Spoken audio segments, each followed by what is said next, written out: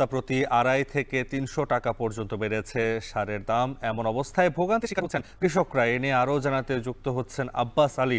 আব্বাস, জেলায় রাসায়নিক সার সংকটের কারণ কি জানাবেন? এছাড়া দাম বৃদ্ধির বিষয়ে ব্যবসায়ীরা কি বলছেন?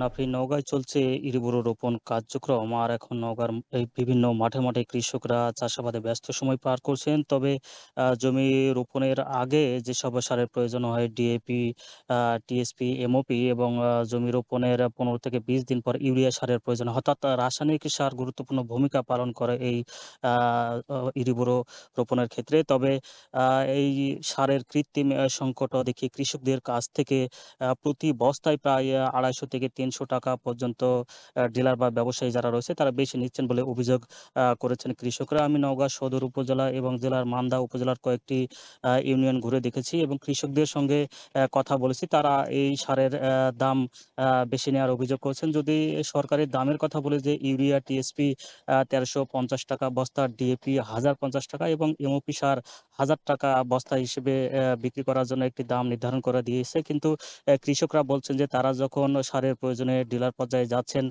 ডিলাররা বলছেন যে সার নাই বা কৃত্রিম সংকট, এবং কৃষক যদি টাকা বেশি দেয় সেক্ষেত্রে আবার সার কৃষকদের কাছে সরবরাহ করা হচ্ছে বলে কৃষকরা অভিযোগ করেছেন। এতে করে দেখা যাচ্ছে যে প্রতি বিঘা জমি রোপণ করতে এই বাড়তি টাকা নেওয়ার কারণে কৃষকদের প্রায় ১,০০০ থেকে ১,২০০ টাকা পর্যন্ত খরচ হচ্ছে। যেখানে আসলে ইরিবোরো রোপণের খরচ বেশি হয় এবং সবকিছু ঊর্ধ্বগতির বাজার, তারপর আবার এই সারের দাম বেশি নেওয়ার কারণে তাদের বাড়তি খরচ গুনতে হচ্ছে এবং তারা অনেকটাই দুশ্চিন্তা পড়েছেন বলে কৃষকরা অভিযোগ করছেন। তবে এই আ যারা ডিলার রয়েছেন সেখানে আসলে প্রশাসনের তদারকি এবং অভিযান পরিচালনা করার জোর তাগিদ জানিয়েছেন। তবে ডিলাররা বলছেন যে সারের পর্যাপ্ত সরবরাহ হচ্ছে, কোনো ধরনের সংকট নাই।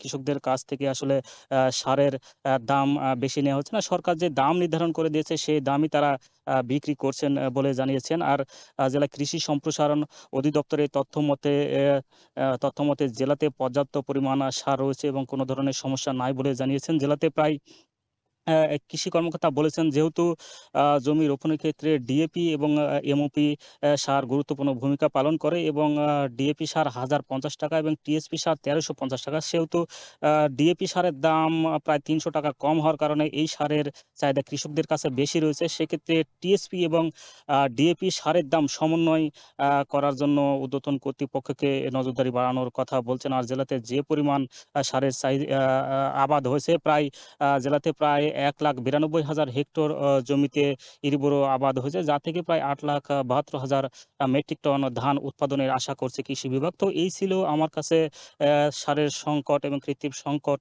নিয়ে সবশেষ। নওগাঁয় দেখা দিয়েছে রাসায়নিক সার সংকট। সে খবর জানাতে যুক্ত ছিলেন আব্বাস আলী।